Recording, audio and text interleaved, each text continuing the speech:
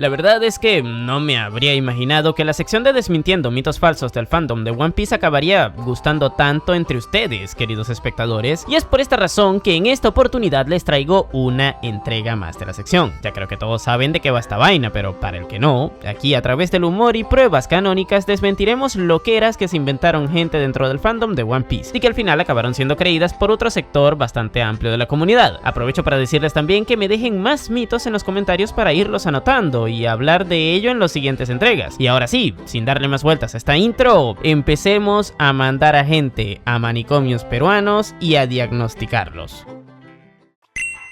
Shirohige nunca huye.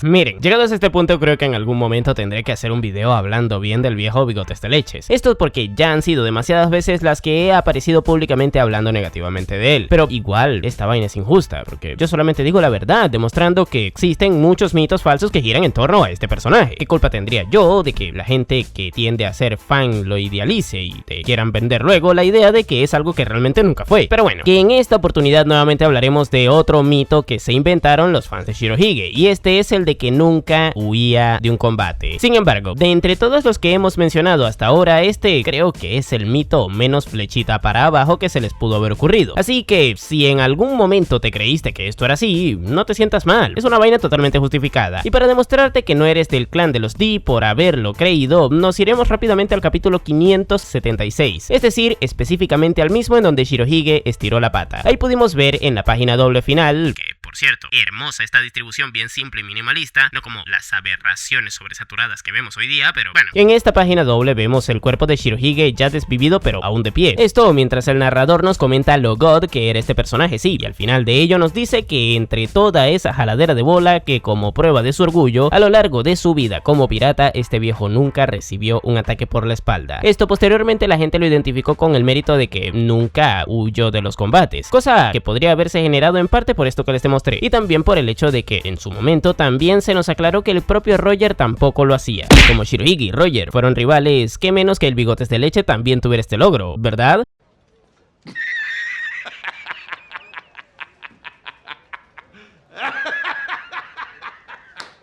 Pues bueno, todo esto es una fentanileada de los fans, porque como les dije, técnicamente el narrador nunca dijo explícitamente que Barba Blanca tuviera ese logro, y de hecho, más adelante en la historia nos confirmaron más bien todo lo contrario, ya que en el flashback de Oden en Wano, cuando el samurái se encontraba en la banda de Shirohige, este le preguntó que por qué no se paraba a enfrentar a la marina, y el viejo le respondió que no tenía caso hacerlo, porque nunca dejarían de llegar.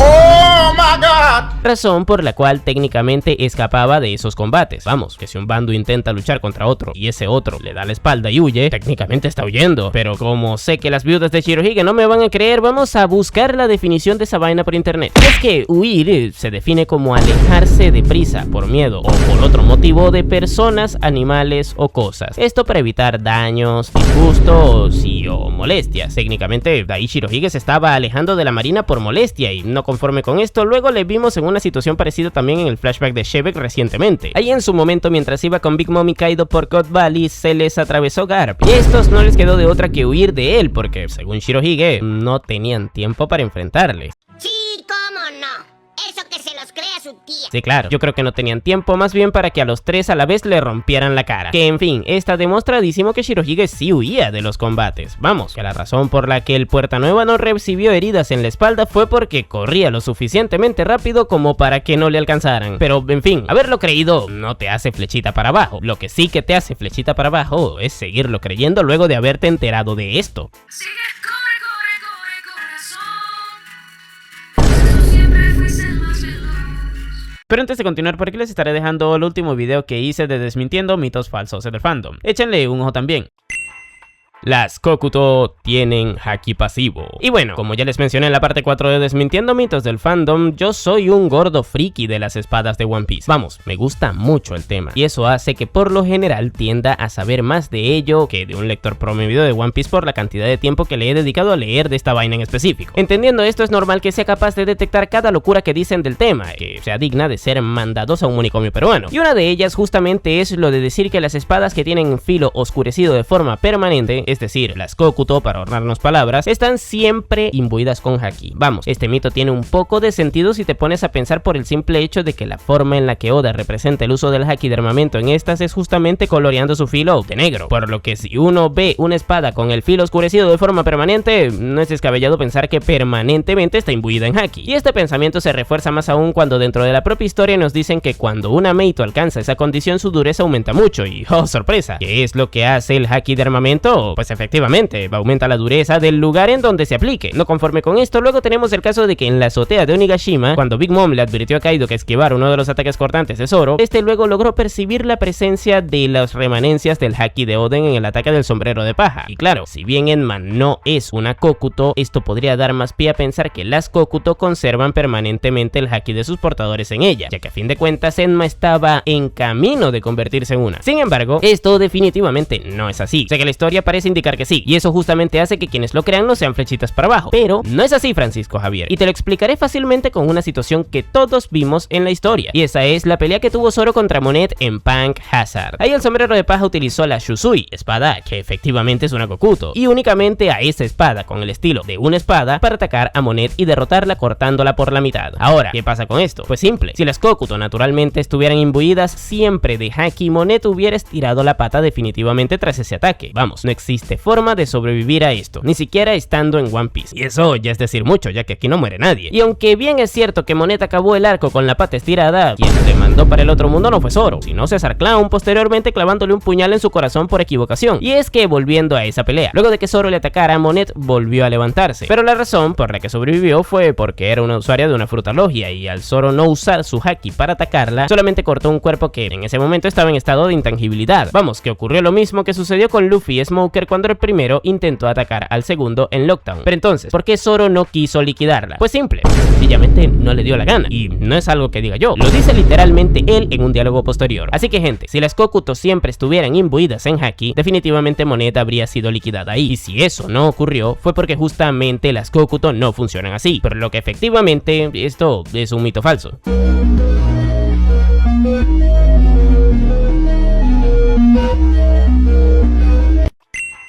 Kizaru es tío de Sentomaru. Y bueno, este mito la verdad es que me parece bastante curioso, además de rápido de aclarar, por lo que no nos extenderemos mucho en ello. Resulta que en Shabondi se nos presentaron por un lado a Sentomaru, un marín que trabajaba en la división científica, y al almirante Kizaru. Entre las interacciones que ambos tenían podemos observar que el gordito con peinado de Dora la Exploradora llamaba al Adam Sandler iluminado su tío, cosa que bueno, a menos que tengas un diagnóstico de flechita para abajo en lo más profundo de tu ser, podrás haber asumido que efectivamente Kizaru era tío de Sentomaru, pero eso no es tan así, y esto se debe a una vaina que los gringos definen como Lost in Translation, que para la gente que vive en las junglas bolivianas me refiero más a que son cosas que se pierden a través de las traducciones, y es que a menos que tengas enanismo cerebral te habrás dado cuenta de que One Piece no está escrito originalmente en español. Vamos, esta vaina es un manga japonés y se escribe en japonés, por lo que Oda, que es japonés, escribe su historia usando expresiones japonesas. No jodas, ¿en serio? Y una de ellas justamente es la que podría traducirse como tío, que es la que ocupa Sentomaru para referirse a Kizaru. Y es que literalmente no es que Kizaru sea su tío, sino que es una forma en la que los yakuza, que son familias o bandas criminales japonesas, se refieren a sus superiores. Por lo que realmente ocurrió es que Oda decidió que Sentomaru hablara como un criminal, vamos, como el típico loquito de tu barrio que escucha Peso Pluma, y por ende usa expresiones propias de esa clase de personas. Una de ellas es la de llamarle tío a sus superiores, que en este caso era Kizaru. Y la razón por la que podríamos decir que solamente lo usaba con Kizaru es porque en el flashback de Vegapunk les vimos a los tres ser muy cercanos, por lo que eso explicaría por qué tiene esa clase de respeto especial hacia el Adam Sandler de One Piece. Y claro, hay que tener bien presente que Sentomaru y Kizaru se conocieron a través de Vegapunk y no con un vínculo familiar, principalmente porque dicho vínculo realmente nunca existió, así que sí, decir que Kizaru es el tío de Sentomaru es un mito falso del fandom.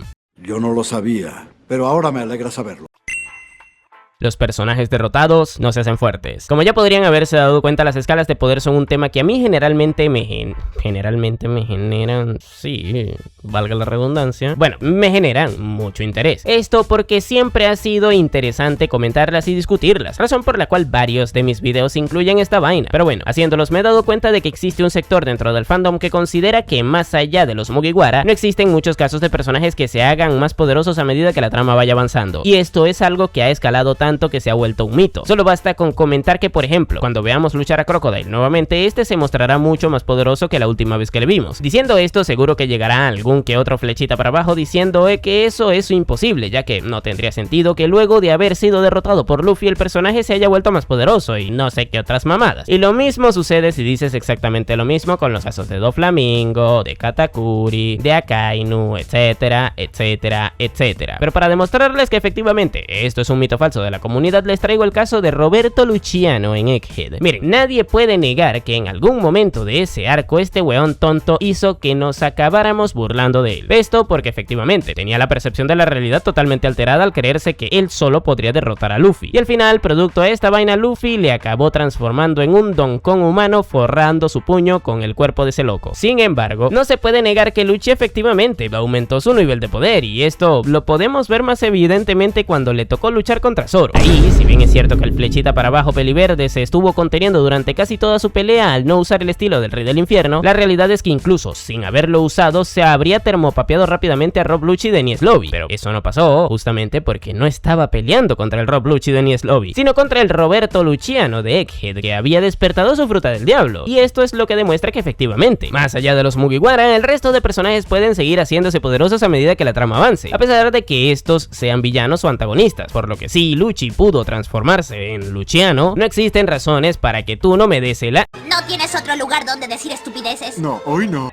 Disculpen. No existen razones para no creer que tipos como Katakuri, Doflamingo o Crocodile no podrían hacerlo también. Y es por eso que afirmar que no podrían es un mito falso del fandom. Mamá, ¿tú crees que con esa loquera y esa droga tú me vas a ganar? No sales conmigo, tú no sales maldito flaco del diablo. Para tú meterte conmigo tienes que meterte al gimnasio. Ah, lo que tú quieras.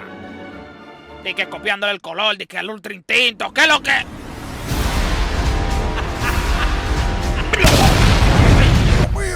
Pero qué poder, Dios mío, pero qué belleza. Y antes de seguir, por aquí les estaré dejando otro video que hice de los 7 personajes más suertudos de One Piece sin contar a los Mugiwara. Viéndolo, me apoyan un montón.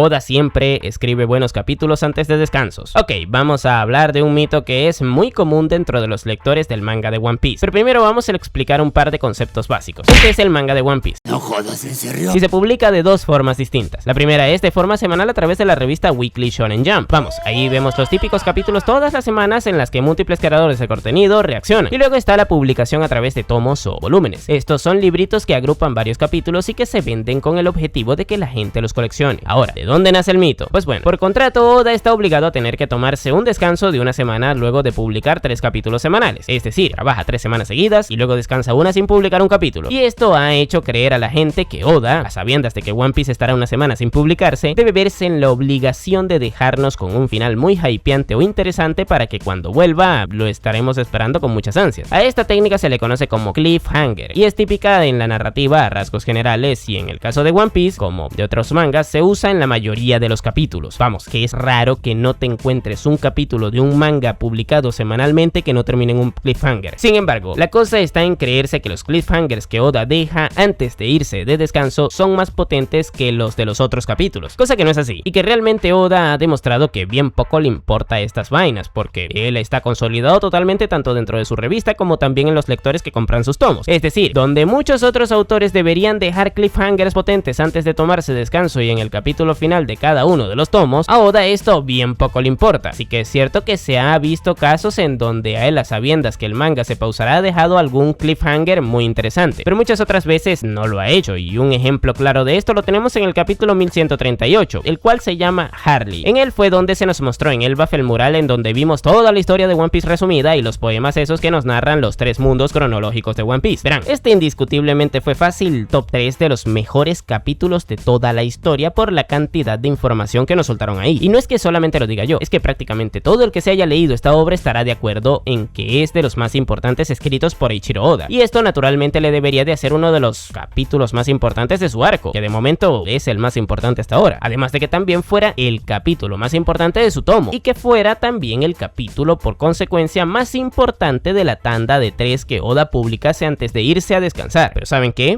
A pesar de ser el cliffhanger más potente que pudo haber tenido la tanda de 3 y el tomo, no fue ninguno de los dos, porque Oda una semana después de publicar el capítulo publicó el siguiente, en donde se nos revela la identidad de Scopper-Gavan, y ya luego de eso sí se fue a descansar. Y a ver, creo que es propio de estar metido en un manicomio peruano pensarse que la revelación de Scopper-Gavan fue más importante que el capítulo de los Harleys, por lo que efectivamente Oda no se guarda sus cliffhangers más poderosos antes de irse a descansar, y tampoco lo hacen con los tomos, porque estos capítulos están incluidos en el tomo número 112, el cual termina con los caballeros divinos tomando a los niños de Elbaf como rehenes. Evidentemente no tiene sentido la diferencia de hype que genera este respecto a lo visto con los Harleys, ya que son pocos los capítulos que ha escrito Oda que han dejado a la gente con más ganas de seguir leyendo su manga que eso. Pero bueno, que en resumen a Oda no le importa estas vainas. Sí, deberían importarle, pero se encuentra en una situación tan cómoda actualmente que no tiene que esforzarse en mantener a la gente leyendo su historia para que efectivamente lo hagan. Así que otro mito falso más desmentido. ¿Cuántos llevo? No sé, 50. No sé, díganme cuántos llevo. Supongo que ustedes sabrán porque yo no.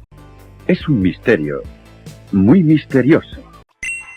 Luffy rompe los sueños de sus enemigos al derrotarlos. Miren, esta será una de las pocas veces en las que podríamos decir que se creó un mito producto a una afirmación totalmente canónica dentro de la historia. Y sí, sé que la sección es de mitos del fandom, pero es que el hecho de que esto se mantenga a día de hoy se debe enteramente a las creencias del fandom y no a lo de que el propio manga nos diga. Pero resulta que en el tomo 4, es decir, cuando apenas One Piece estaba empezando a publicarse, tengan presente que esto ocurrió cuando el arco de Usopp estaba emitiéndose, Oda respondió en el SBS respectivo de ese tomo que Luffy no desinstalaba de la vida a otros personajes porque les hacía algo que según él es mucho peor dentro de su mundo, y ese es el de destruirle sus voluntades. Con esto Oda justifica que Luffy no desviva a personajes tras de derrotarlos. Producto a esta declaración, la gente empezó a creer que en efecto Luffy le rompía las voluntades a los enemigos que derrotaba y por ende le ponía fin a sus sueños, pero esto luego no fue tan así, ya que por ejemplo en Arabasta sí derrotó a Crocodile y acabó con su plan de conquistar Arabasta para luego dominar el mundo. Sin embargo, en ningún momento le rompió su voluntad, y prueba de ello es que Crocodile, desde que asistió a la ejecución de Roger, tuvo el objetivo de convertirse en el rey de los piratas, razón por la cual en su momento se fue al Nuevo Mundo y fue derrotado por Barba Blanca en el pasado, misma por la que intentó convertirse más adelante en el gobernante de Arabasta, y por la que también posterior a su derrota siguió teniendo dicho sueño al verle en prisión antes de ser trasladado a Impel Down. Esto lo vimos en una mini historia cuando la niña pintora de los Baroque Works hizo que todos se vistieran involuntariamente de sus respectivos sueños, y el de Crocodile efectivamente seguía siendo el de convertirse en el rey de los piratas, a pesar de que Luffy en teoría le rompió esa voluntad cuando le derrotó en Arabasta. Pero bueno, otro caso bastante claro es el de Enel, que desde siempre tuvo el objetivo de irse a la luna, y para ello construyó el Arca Maxim. Sucede que durante el arco de Skypiea el bicho se volvió más loco de lo que ya estaba y quiso destruir por completo Skypiea antes de irse, y Luffy lo evitó a punta de aplicarle la puñoterapia. Ahora bien, según lo que dijo Oda en el SBS que les mencioné antes, este debió haber hecho que la voluntad de Enel se rompiera, pero eso no sucedió, ya que luego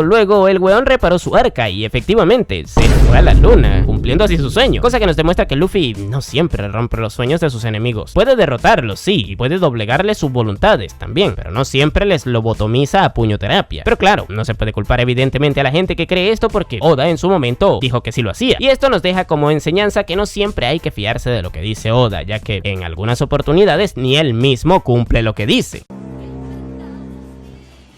No, esto ya es demasiado. El poder no se hereda. Ok, este es uno de los mitos que me han dejado en los comentarios de las entregas anteriores de esta sección. Les recuerdo que pueden dejarme más para que los anote y hable de ello más adelante en los siguientes videos que haga. Pero bueno, últimamente en la comunidad de One Piece se ha generado mucho debate respecto al tema de la importancia de los genes para los personajes. Es decir, qué tanto influye ser hijo o descendiente de al momento de determinar qué tan poderoso se es. A día de hoy existen dos corrientes de pensamientos. Los creyentes del nepotismo Peace son los carajos que piensan que solamente se puede ser fuerte si se es descendiente de alguien importante, y luego están los negacionistas, que se piensan que los genes no influyen en ninguna forma en este tema. Y como suele suceder en la mayoría de los casos, cuando hay dos grupos sociales peleándose, cuando dos posturas se vuelven extremistas, estas tienden a equivocarse. Así que pongámosle fin a esta tontería, o al menos en el caso de este video, porque la gente va a seguir pensando sus estupideces, pero ve, al menos riámonos un poco de ellos. ¡Qué ¡Qué buen servicio! Miren, es de ser un flechita para abajo, duro, pero bien duro, pensar que la única forma de volverse poderoso en One Piece es siendo descendiente de alguien. Y esto lo digo porque existen personajes que acabaron y acabarán siendo poderosísimos sin pertenecer a familias importantes. Por ejemplo, el caso de Akainu y Mihawk, los cuales que se sepa no pertenecen a ninguna familia importante. No son D, ni tampoco son Tenryubito, ni tampoco descendientes de otros gobernantes como Momo o Loki. Y a pesar de ello, estos dos locos actualmente están entre el top 5 de personajes más poderosos de este manga. O al menos la mayoría los escalamos hasta ese punto. Pero es que luego tenemos casos como los de los almirantes Aokiji y Kizaru, que sin pertenecer a ninguna familia importante alcanzaron a ser tan poderosos como emperadores del mar. Y luego tenemos el caso de Kobe, que sabemos que está destinado a ser uno de los marines más poderosos de todos los tiempos por ser el sucesor de Garp en la marina. Y eso implica que como mínimo alcance a Aokiji y a Kizaru, esto sin ser descendiente de alguien importante. Como diablos me explican a mí que para ser poderoso en One Piece sí o sí se necesita ser descendiente de alguien importante si existen todos estos casos? Yo soy Sam. Pero bueno, ya por aquí desmentimos al sector más radical del nepotismo Peace. Ahora vamos con los flechitas para abajo de los negacionistas. Y es que también es de ser muy especial creerse que ser hijo de o descendiente de alguien importante en One Piece no ayuda en nada. Justo cuando literalmente tenemos a la familia de los Monkey D, en la que cada uno es o demostrará ser más poderoso que el anterior. Y todos son muy poderosos. O también el caso de los Figarland, en donde el antepasado literalmente sobrevivió a una guerra en contra de Joy Boy, y que luego Garling se volvió uno de los tops del gobierno mundial, y que actualmente sus gemelos son dos de los personajes sumamente más poderosos de todos. O también casos como el de Momo, que físicamente heredó ser un animal en cuanto a capacidades físicas de su padre. O algo parecido también ocurrió con Yamato y Kaido. O por qué no decirlo, el caso más extremo que hemos visto hasta ahora, Loki y Harald. Gente, creerse que los genes no ayudan es de ser muy flechita para abajo. ¡Jupitas! ¡Jupitas! ¡Qué enriquetas! Pero bueno, ya habiendo dejado de lado estos dos sectores, ¿cuál es la creencia correcta entonces? Pues esa es la de que los genes sí importan, aunque muchas veces no ayudan, como pasó con Harald y el debilucho de Halrudin, que a pesar de ser su hijo, no fue capaz de derrotar a un subordinado de Doflamingo. Muchas veces ayudan, pero no tanto, como sucedió con Roger y Ace, donde Ace sí era poderoso, pero definitivamente ni de chiste tanto como su padre. Sin embargo, en los casos en donde sí que ayudan bastante, se nota y mucho, pero eso hace entonces que solamente se pueda llegar a según qué niveles gracias a los genes, y bueno, es la vía más fácil, pero no la única. Miren por ejemplo el caso de Shirohige, que sin ser hijo o descendiente de alguien importante, al menos que se sepa, logró alcanzar escalas en donde estuvieron también Garp, Roger y Shebeck, tres tipos que sí que eran descendientes de personajes importantísimos dentro de su historia. Pero claro, para que eso ocurriera, este tipo tuvo que volverse muy bueno usando sus hakis, ser extremadamente resistente, un portento físico, conseguir comer una de las frutas más poderosas del mundo y encima usar una de las armas más legendarias de toda la historia. Vamos, que en resumen, no es necesario ser descendiente de alguien importante en One Piece para alcanzar a acumular muchísimo poder, pero definitivamente el serlo te puede ayudar un montón, aunque de eso no te asegure nada, y prueba de ello es el flechita para abajo de Ace. Así que no existe nepotismo Peace, y por su parte también ser negacionista de los genes es indicativo de que te sobran cromosomas, y definitivamente ambas posturas son mitos totalmente falsos que el fandom se inventó para justificar una pelea ridícula. Soy un rebelde, me gusta romper las reglas, soy un antisistema. Y bueno gente, este fue todo el video. Les recuerdo que me dejen más mitos en los comentarios, así como también qué les pareció este video, porque les estaré dejando otro que hice de por qué Imu será brutalmente humillado en Elbaf por los Mugiwara. Y ahora sí, sin nada más que decir, tú puedes llamarme Napo y nos vemos en el siguiente video.